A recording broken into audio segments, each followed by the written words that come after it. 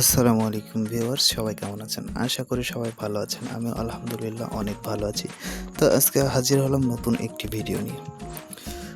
আমার গেটআপ দেখে হয়তো আপনারা বুঝতে পারছেন আমি কোথায় যাচ্ছি। আজকে রোদের তাপটা মনে হচ্ছে একটু বেশি, তাই ক্যাপটা পরে নিয়েছি। তা না হলে আবার রোদের তাপে মাথার চুল একটাও থাকবে না। তো আজকে আমরা একটু দেখি এই ঠাডা পড়া রোদের মধ্যে কৃষকরা কিভাবে কাজ করছেন। কৃষকরা যে এই রোদের মধ্যে কত কষ্ট করে ফসল তৈরি করছেন তা আসলে তারাই বুঝবে।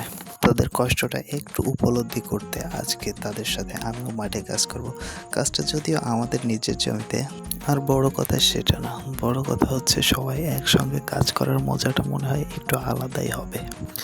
আমরা অলরেডি আমাদের জমির কাছে চলে এসেছি, তো দেখা যাক আজকে সবার সাথে একসঙ্গে কাজ করতে কেমন লাগে। তো আমি আমার লোকেশনে চলে এসেছি, এসে দেখি অলরেডি সবাই কাজ শুরুও করে দিয়েছে। সবাই নিজ নিজ জমি নিয়ে ব্যস্ত। রোদে মনে হচ্ছে মাথার চুল পর্যন্ত উঠে যাবে, কিন্তু এরা এমনভাবে কাজ করছে মনে হচ্ছে এদের গায়ে রোদ লাগছেই না। আমি কি এত রোদে কাজ করতে পারবো নাকি কাজ রেখে আবার পালাতে হবে বুঝতে পারছি না। তো আমরা আমাদের জমিতে ভুট্টার বীজ লাগানো শেষ করলাম।